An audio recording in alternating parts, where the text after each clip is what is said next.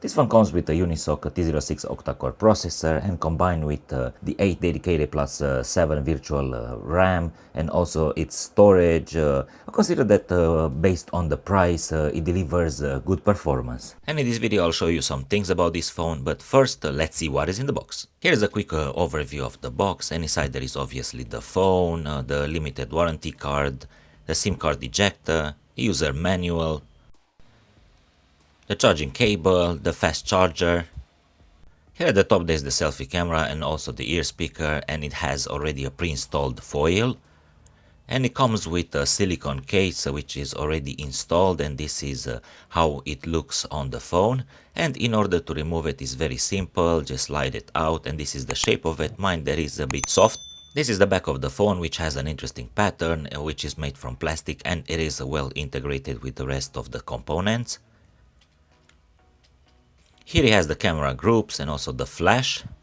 On the side he has the power button, lock button, and also fingerprint reader.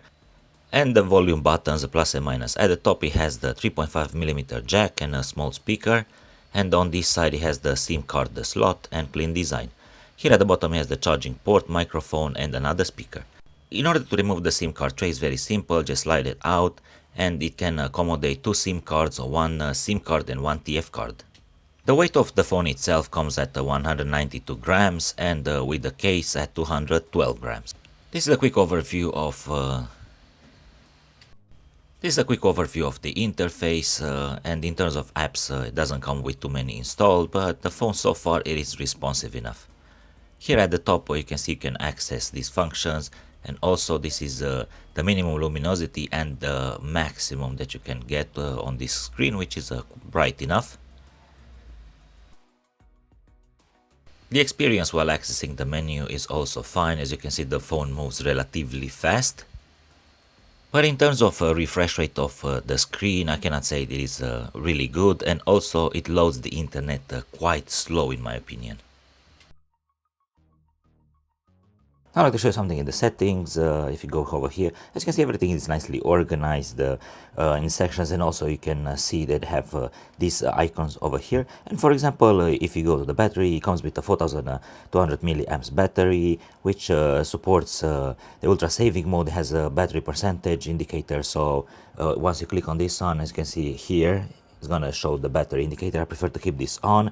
And also it supports OTG charging, which is quite interesting. This phone comes with 128 GB of storage. Mind that the system is gonna take some, and also you can add SD card up to 1 tera. In terms of the display, it is a 6.52 inch display with a resolution of 720 by 1600, and it has a 390 nits. And also the pixel density is 269 ppi. And this is the display settings, and here we have the brightness level, and this bar will appear over here. This is at the max, and this is at minimum. It has dark mode. If you tap on it, it's gonna change into dark. And also it has the night light. When you activate this one, I was expecting for the screen to go more orangish, but in fact it is not a big difference. If you go here to security, as you can see, you can set a pin lock, and also you can set a face and fingerprint unlock based on your preference. Something important that I would like to mention is the fact that this phone is advertised with 15 GB of RAM, but you get like 8 dedicated and 7 virtual. And in order to activate this function, you have to go here to memory expansion, and you can select up to 7 GB. I personally prefer to keep it to the max, but mind, once you activate this one, in order to get an effect, you need to restart the phone. Now I'd like to make a speed test to show you how fast this phone moves, and as you can see, I'm opening here the menu very fast, and it's responsive enough. And for this demonstration, I'm going to open Google Maps, because this one requires quite a lot of memory, and considering the processor and how much RAM it has, I would say it is a bit delayed. I was expecting to be more responsive, but at the same time, considering the price of this phone, there's nothing to complain about. Now I'd like to make a sound test for you guys to hear what is the quality, and the speaker is located over here, and you can control the volume using the buttons plus and minus located on the side, or also this bar over here, which is very responsive. For example, now the volume is at medium, and I'm gonna move the microphone a bit closer for you guys to hear better. And I'm gonna slowly increase the volume.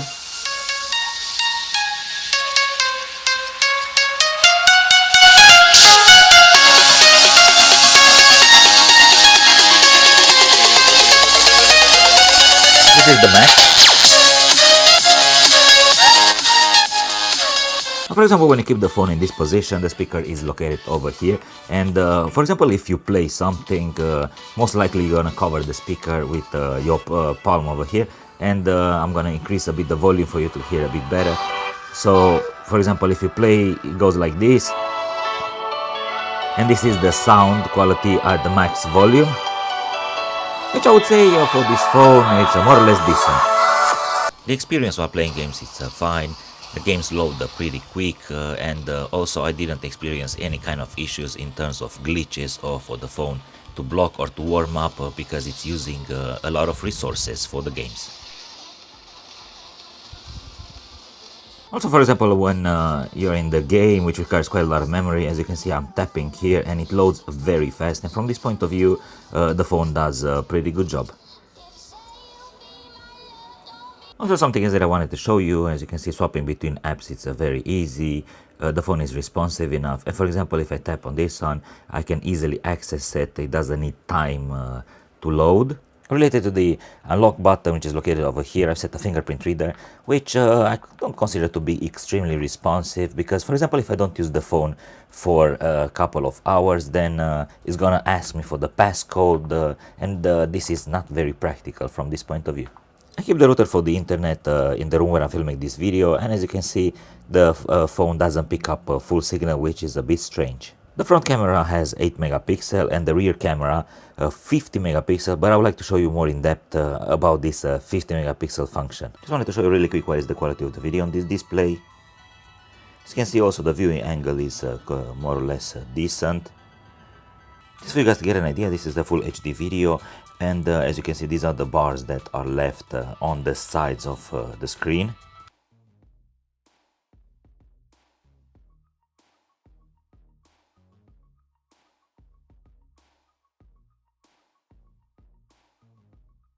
The front camera has 8 megapixel and the rear camera has 50 megapixel, but I would like to show you more in detail what is about this 50 megapixel camera. I'm recording the sound on this phone for you to hear what is the quality, and this is the performance of the camera on capture mode. I wouldn't necessarily say that it adapts pretty well to highs and lows, and also from what I've noticed, it's kind of struggling to focus, and here are some examples, and this is how it performs in landscape mode. If I aim it over there, and this is how it performs on selfie mode, which is pretty decent. It tracks very well the face, and also it separates the subject from the background quite okay. The tones are more than fine, and also it adapts pretty quick to highs and lows. I would say it is slightly better than the main camera.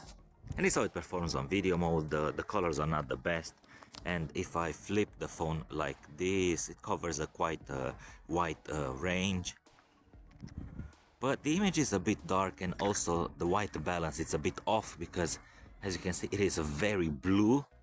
And you also here have the option of zooming in up to 4x, and this is the quality, which is in my opinion pretty decent. And this is how it performs on video mode. I would say that on this phone the selfie camera is slightly better than the main camera, and also, as you can see here, the colors are represented a bit better. It has the ultra resolution, which is at 50 megapixel, and here is an example. This is an example of the portrait mode.